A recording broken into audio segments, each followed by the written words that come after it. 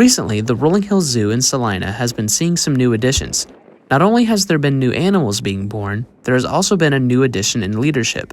Brian Zanvant is the new executive director at the Rolling Hills Zoo and was able to give us some insight on his position, as well as the future of the zoo. Immediately before coming here to Rolling Hills, I was the director of the Hutchinson Zoo down in Hutchinson, Kansas. And before that, I worked for quite a while for the University of Oklahoma at a research station called the Sutton Avian Research Center, which originally was, their original project was restoring the bald eagle, actually. So that's kind of where they got their notoriety. And I came in toward the end of that project as the education director.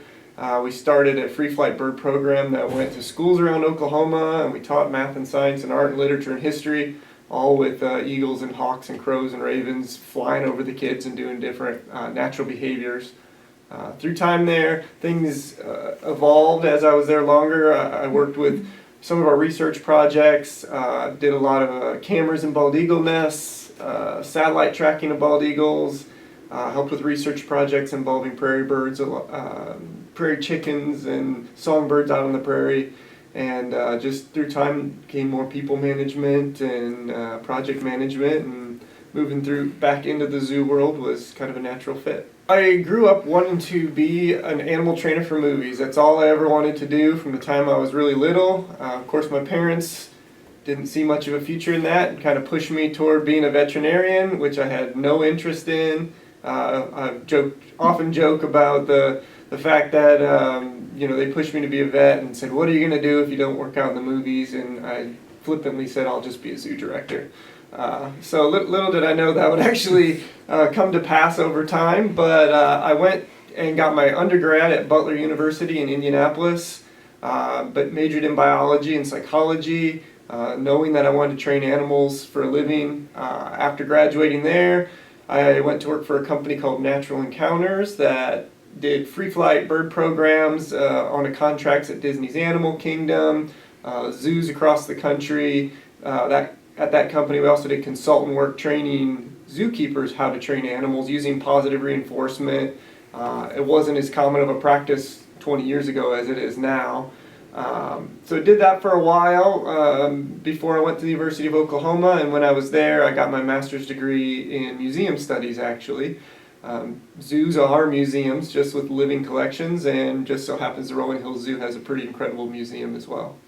Zoos are constantly evolving and changing. A constant is, though, that they're an excellent place for families and children to come out, learn about the natural world, get an experience, essentially in their own backyard that can be seen other places around the world. It's a place where interest is sparked in things that you maybe can't see every day. You can learn a lot from your phone, but seeing a chimpanzee in person or a baby giraffe walking around with its mother really has a much stronger impact and really hits you more on the emotional level as well, which in my experience I've found can really make your interest in things grow and get deeper, and it makes people like me growing up. I had pets as a child. I had parrots, and what really got me started, and then I volunteered with the Peregrine Fund when they were releasing Peregrine Falcons in cities, and those experiences no doubt influenced the rest of my life. I hope the zoo here can continue to create those experiences for local children and families visiting from all over. Just yesterday in the parking lot there was license plates from 5 different states, one being Alaska. So, the Rolling Hills Zoo is a place that people want to visit. Nice. So, what attracted you to this position here? Well, to be honest, the location is a big part of that attraction. I really love the prairie. I think the prairie ecosystem is really fascinating. Birds, my kind of main interest. Birds are disappearing from prairie ecosystems faster than any other ecosystem in the world, even rainforests. And most people don't even realize that.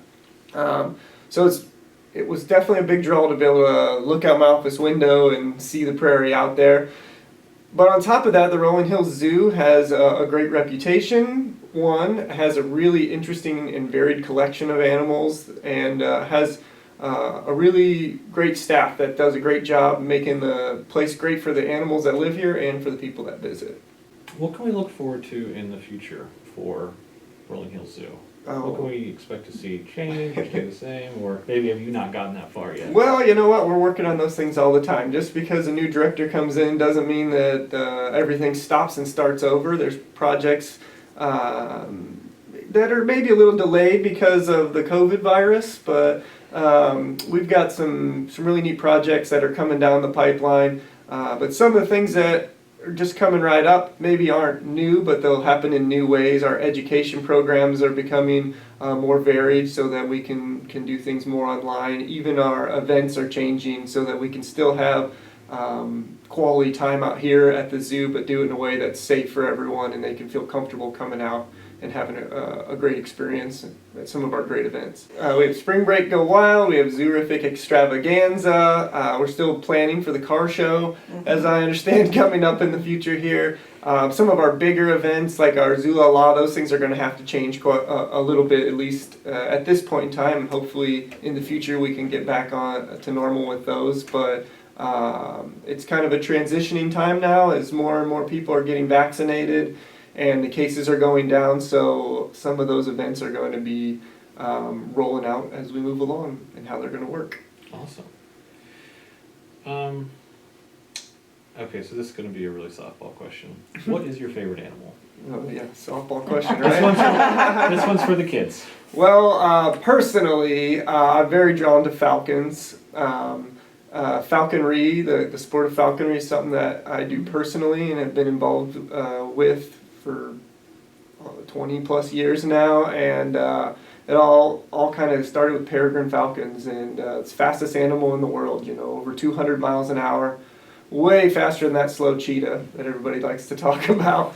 But I've always been drawn to birds, but that doesn't mean I haven't been interested in all animals, and you know that's a moving bar all the time. Right now, giraffes are pretty interesting to me with the baby here at the zoo, and seeing the personalities come out of our giraffes here at this zoo.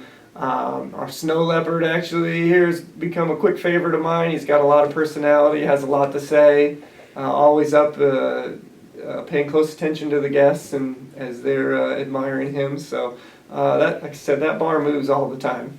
Modern zoos, especially AZA accredited zoos, they have many different roles in conservation. You know, a very kind of broad, simplistic view is zoos simply are an ark for animals. You know, birds, tigers, different species of bears. Lots of endangered species out there are disappearing, and a lot of it's due to loss of habitat. And as we humans are coming to terms with our impact on the environment, we are finding ways to help save animals and help save those habitats in which they live. So, for instance, the peregrine falcon I mentioned, they live in cliffs many times. People started to notice that cities look a lot like cliffs, and there's a ready food supply there. So we could make reintroduction projects happen and be very successful. Similarly with the bald eagle, our nation symbol. Doesn't look very good when your nation symbol goes extinct. So zoos,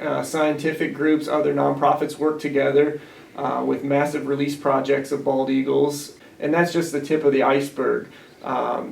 Animals in zoos, first of all, we have high animal welfare standards. We're looking to make sure all our animals here are happy, healthy, and thriving.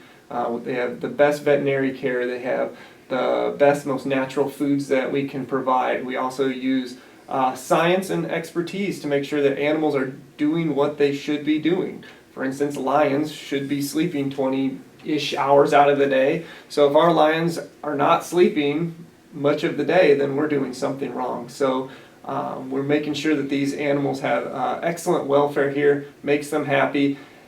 On top of that, on the people side of things, of management of animals, we're managing their genetics. We want their genetics to be very, very strong for the future. So some of these animals that we're working really, really hard to get habitat back for. So when that habitat is there, these animals can, there is a healthy stock of animals to be released back into the wild. Here at the Rolling Hills Zoo, we have Simtar oryx, which we have a baby of right now. that species was extinct in the wild, and very recently they've started re-releasing them back into areas in Africa to hopefully reestablish those populations.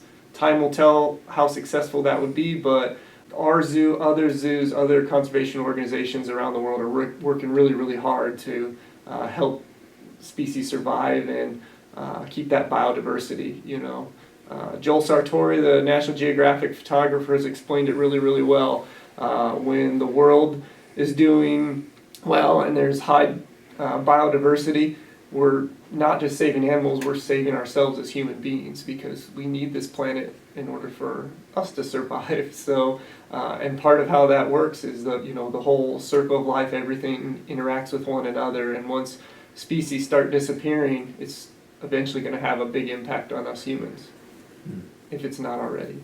With its new leadership, Rolling Hills Zoo hopes to continue to provide a learning and fun experience for all families and individuals. This has been Jacob Smith with SMC.